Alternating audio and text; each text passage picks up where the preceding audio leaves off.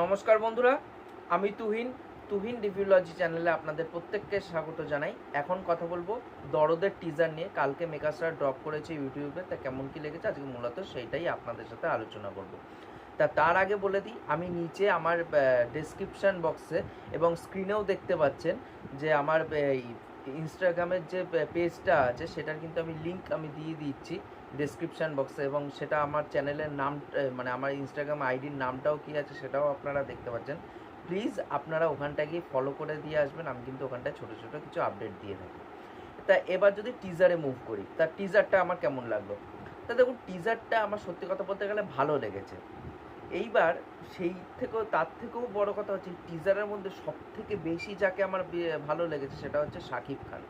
দেখুন, শাকিব খানের যে 2.0 ভার্সানটা যে এখন চলছে, আমি চাই শাকিব খানের যে এই 2.0 ভার্সানটা কিন্তু মানে চলতেই থাকুক। এই ভার্সানটা যেন বন্ধ না হয়ে যায়, কারণ আলতু ফালতু ডিরেক্টরের সাথে কাজ করলে তখন কী হবে, সেই যে মানটা হাই করেছিল, তার যে বারটাকে হাই করে রেখেছে শাকিব খান এখন, সেই বারটা আমি চাই না যে সেটা যেন পড়ে যাক।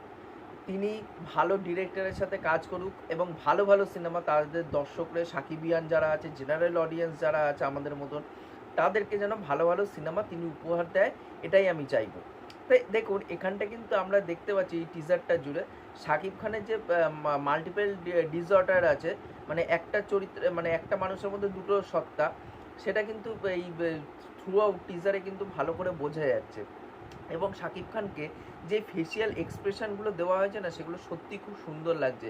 শাকিব খান কিছু কিছু জায়গায় দুর্দান্ত অভিনয় করছে। একটা জায়গায় আছে সোনাল চৌহানরে বোধহয় কি মিষ্টির সাথে বোধহয় কিছু খাইয়ে দিয়েছে, খাইয়ে দেওয়ার পর তাকে যখন ওই জড়িয়ে ধরছে, জড়িয়ে দেওয়ার পর তার যে ওই এক্সপ্রেশনটা পুরোপুরিভাবে চেঞ্জ হয়ে যাচ্ছে, ওই জায়গাটা তাকে এবং দুর্দান্ত লাগছে। এবং তখন তার সাথে সাথে এখানটায় যখন ওই সে হেঁটে আসছে, পাগলা গারদের ভিতরে এসে আছে এবং সে হেঁটে আসছে, সেই জায়গাটা কিন্তু খুব দুর্দান্ত লাগছে আমার তাকে। আর তার থেকেও বড় কথা হচ্ছে এখানটায় দেখতে পাচ্ছি একটা জায়গায় একজনকে ছুরি দিয়ে কাউকে খুন করছে, এবার অনেকবার কুপাচ্ছে তাকে, কুপানোর পর তার যে ওই ব্লাড শেডটা না, সেটা তার মুখে চোখে লেগে যাচ্ছে, দুর্দান্ত। এবং সেই জায়গায় শাকিব খানকে দেখার মতন হয়েছে, এবং সেই জায়গায় সে যখন বুঝতে পারছে আলটিমেটলি যে সে অ্যাকচুয়ালিতে খুন করেনি, কিন্তু ভাবছে যে কে খুন করলো, আমার গায়ে হাতে পায়ে কী করে রক্তটা আসলো। তাই এর থেকেই বোঝা যাচ্ছে যে একটা ক্যারেক্টার খুব ভালো যে সাদাসিধা, আরেকটা ক্যারেক্টার খুবই ব্রুটাল, যে মানুষকে মারতে ছাড়ে না।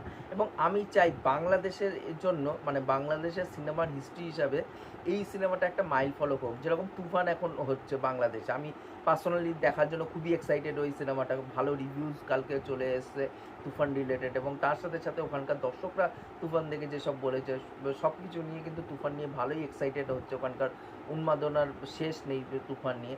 এবার সেই জায়গায় দাঁড়িয়ে কিন্তু আমি তুফান তো দেখতে চাই, আর আমি চাই তুফানের সাথে সাথে এই সিনেমাটাও বাংলাদেশে একটা মাইল ফলক সিনেমা কিন্তু হয়ে দাঁড়াক। কারণ জিৎ এবং আবিরের একটা সিনেমা ছিল এখানটায়, রয়্যাল বেঙ্গল টাইগার বলে, ওই সিনেমাটাকে কিন্তু আমাদের বাংলায় একটা মাইল ফলক সিনেমা হিসাবে ধরা, এবং তার থেকেও বড় কথা হচ্ছে আমাদের বাংলার ফাইট ক্লাব কিন্তু বলা হয় দ্য রয়্যাল বেঙ্গল টাইগারকে। সেই জায়গায় দাঁড়িয়ে আমি চাই দরদ ওরকম হোক। এবং আর তার থেকেও বড় কথা হচ্ছে এই যে যিনি ডিরেক্টর, এর আগে আমি তার একটাই কাজ দেখেছিলাম, তাও ওটা দুইজন ডিরেক্টর ছিল, অনন্য মামুন এবং অনন্য মামুনের সাথে আরেকজন ডিরেক্টর ছিল, আমি শুধু চেয়েছি তোমার, যেটা আলু অর্জুনের আরিয়া 2 এর রিমেক ছিল। এবার সেই জায়গায় দাঁড়িয়ে কিন্তু তার কাজ আমার ওখানে বেশ ভালো লেগেছে, এবং এখানটাতেও কিন্তু তার কাজ আশা রাখি ভালো হতে, মানে ভালো যেন হয় এটাই আশা রাখা যায়। এবং তার থেকেও বড় কথা হচ্ছে একদম লাস্টে যখন শাকিব খান ওই ফাঁকা থিয়েটারের মধ্যে নাচছে পাগলের মতন, ওই জায়গায় কিন্তু ভালো লাগছে। এখানটা কিন্তু থ্রু আউট শাকিব খানকে কিন্তু খুব সুন্দর লাগছে, এবং এখানটা কিন্তু শাকিব খানের পারফরমেন্স করারও কিন্তু অনেকটা জায়গা দেওয়া হয়েছে। এবার দেখা শাকিব খান কীভাবে সেই জিনিসগুলো পুল অফ করে, কারণ টিজার লেভেলে কিন্তু সেই জিনিসটা ভালো লাগছে। তাই এই ছিল আমার মানে এই টিজারের পজিটিভ দিক। নেগেটিভ বলতে আমার দুটো জিনিস প্রচণ্ড বাজে লেগেছে, সেটা হচ্ছে এই টিজারের এডিটিংটা। আমার মানে ফার্স্টেই যখন টিজারটা স্টার্ট হচ্ছে তখন কিন্তু একটা লাইট হার্টেড ব্যাপারটা নিয়ে কিন্তু টিজারটা স্টার্ট হচ্ছে, পরের দিকে যখন ডার্ক জিনিসপত্রতে ঢুকছে তখন কিন্তু টিজারটা ভালো লাগছে। বাট যেটা প্রবলেম হয়ে গেছে, ফার্স্টেই যদি ওইটা মানে লাইট জিনিসপত্র যদি দেখাতো, তাহলে এমনভাবেই ডিজাইন করতে হতো ওই সিনটাকে, যার ফলে কী হচ্ছে যখন ডার্ক জিনিসপত্রে ঢুকছে তখন মানুষের শখার ভ্যালু হিসাবে যেন জিনিসটা কাজ করে। দেখুন এই টাইপের কাজ কিন্তু আমাদের এখানে হয়ে গেছে, আমাদের ওয়েব সিরিজে হয়ে গেছে, যেরকম ব্রিথ ইনটু দ্য শ্যাডো হোক, বা সাউথে হয়ে গেছে অপরিচিতের মতন সিনেমা। তাই এই টাইপের সিনেমা বা এই টাইপের সিনেমা অনেকগুলো হয়ে গেছে ইন্ডিয়াতে, বা বাইরেও হয়েছে।